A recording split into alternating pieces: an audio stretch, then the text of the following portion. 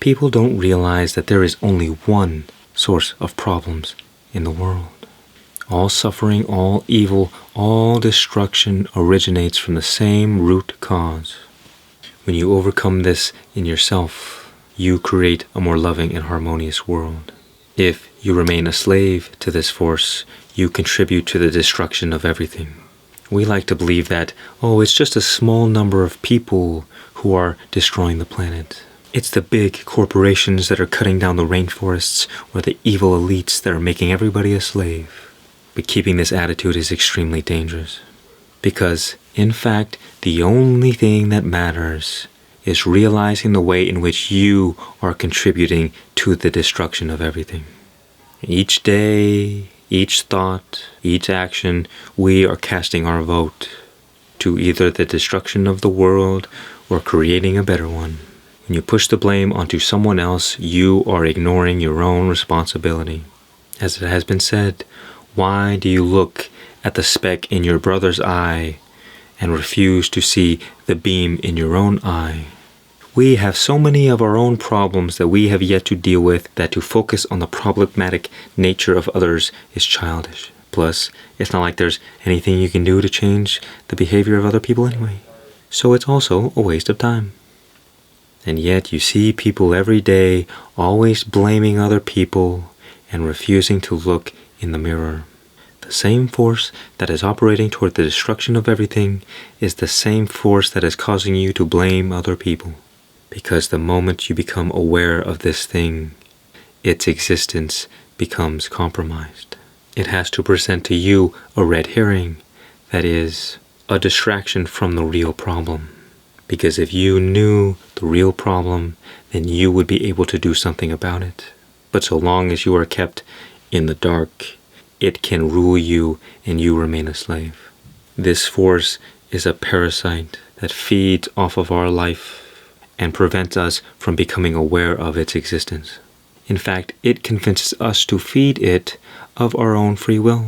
This great parasite, as if an alien species from another planet, has latched on to the human race. I see it everywhere I go. I've seen it even in myself. And it is extremely rare for someone not to be infected. But nobody seems to have a clue of what is going on. The problem is, you cannot convince people of this because the parasite is blinding them from being able to see reality clearly. They might even attack you and get defensive for trying to make them aware. But it is not really them. It is the parasite that is acting through them and controlling their thoughts and their actions. So how will you know if someone is infected, or perhaps you yourself are infected? The first sign, as we've briefly discussed, is blaming others. Whoever has difficulty in taking responsibility for the quality of their life is surely under its spell. However, this also includes blaming others for the destruction of society as well, or the world at large. The greatest example in which the parasite almost succeeded at destroying the planet was in World War II. Hitler, under the control of this monstrosity, pushed the blame onto the Jewish people. The infection then worked its way through the wounds of the German people who are looking for someone to hold responsible for their suffering. Once the scapegoat was in place, that led to the systematic annihilation of 6 million Jews. However, one way to expose this demonic parasite is to realize that all judgment onto others is nothing but a reflection of what is within. You see, Hitler was an extreme germaphobe, disgust sensitive, and obsessed with purity. His whole mission was to purify the German race by the extinction of the Jewish parasite. However, the whole time he was the one infected with the parasite. His projection of disgust onto the Jewish people was the parasite's tactic to avoid detection. When you blame others for qualities you hate, it is not possible to recognize the same qualities in yourself. You can rest easy and say, "Oh, good, I'm not like those people. I am better and superior because they have negative qualities that I don't." But the fact is, all judgment is communication from the unconscious. Every time I've ever found myself judging another person, instantly I can always say, how was this judgment a reflection of myself? Without fail, I can always see clearly that this judgment was a message from my unconscious speaking about myself. It's never about the other person or the object of your judgment. I guess that's why they say when you point one finger, there are 3 pointing back. This demonic parasite is a lord in darkness. And so long as you live in unconsciousness, it has power over you. And this is why we must shine the light of our awareness upon our unconscious qualities. And one way we do this is by paying attention to the way we judge others. I found that in the beginning, it's almost always a feeling of, I have no idea how these judgments could be a reflection of me. But upon further investigation, the unknown becomes known and the truth smacks you in the face. But the more the parasite has fed off of your energy, the more difficult it is to recognize it and to see life clearly, to be aware of the truth of yourself, because it cannot feed off of you when you are living in awareness. So it has a vested interest in keeping you in the dark. The second sign that this demonic parasite may have latched onto you is that you are always feeling exhausted. Because it's constantly feeding off of your energy, you will feel lethargic and may not even know why. You might even eat healthy and exercise regularly. But this battle is not fought on the physical plane. It takes place on a psychological and spiritual level. I would say the number one way it feeds off of you is through your negative thoughts. This is why I call this great parasite the monster mind. The monster mind uses your negative thoughts to create feelings of fear. And fear is perhaps the most potent fuel. The more fear you give, the more powerful it becomes and the more easily it can manipulate you. We are typically always having automatic thoughts and reacting to our life circumstances. But we may never realize how often we are really engaging with a never-ending stream of thoughts. They don't even have to always be negative to drain you.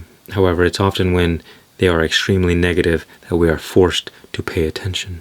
Unless you become aware of your thoughts on a daily basis, you might never realize why your life force is being drained. Practically, this is quite simple.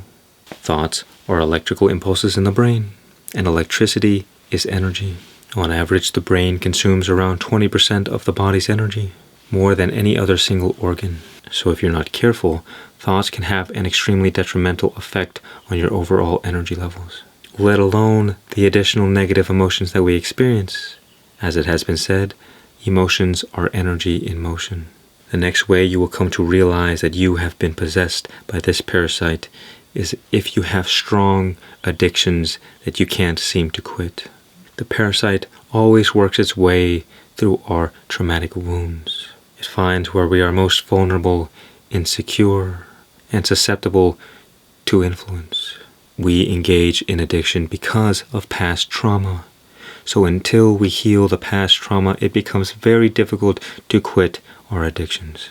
Often our addictions seem like a short-term remedy to the suffering created by our traumatic wounds. However, all addiction does nothing but further inflame the problem and prevent us from the cure. Addiction keeps us from clarity, and clarity is awareness. So long as the parasite can keep us in unconsciousness, it can keep us a slave. But along your journey, you will continuously have opportunities to become more aware. I've said in the past, unconsciousness is the source of all suffering, and suffering is the root of all enlightenment.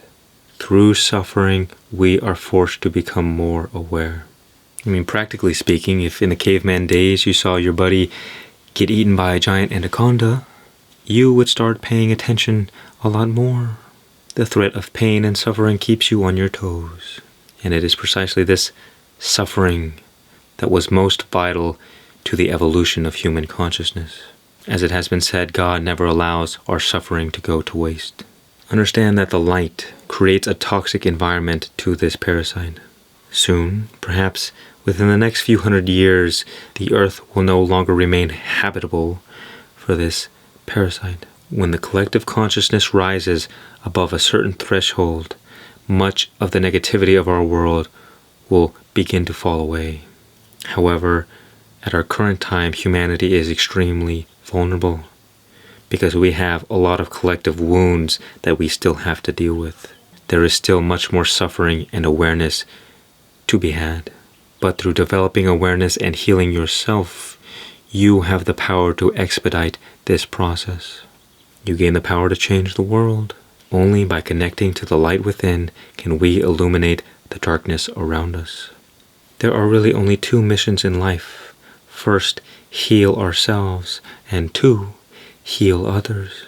Most never even begin, or perhaps try to heal others before they are ready.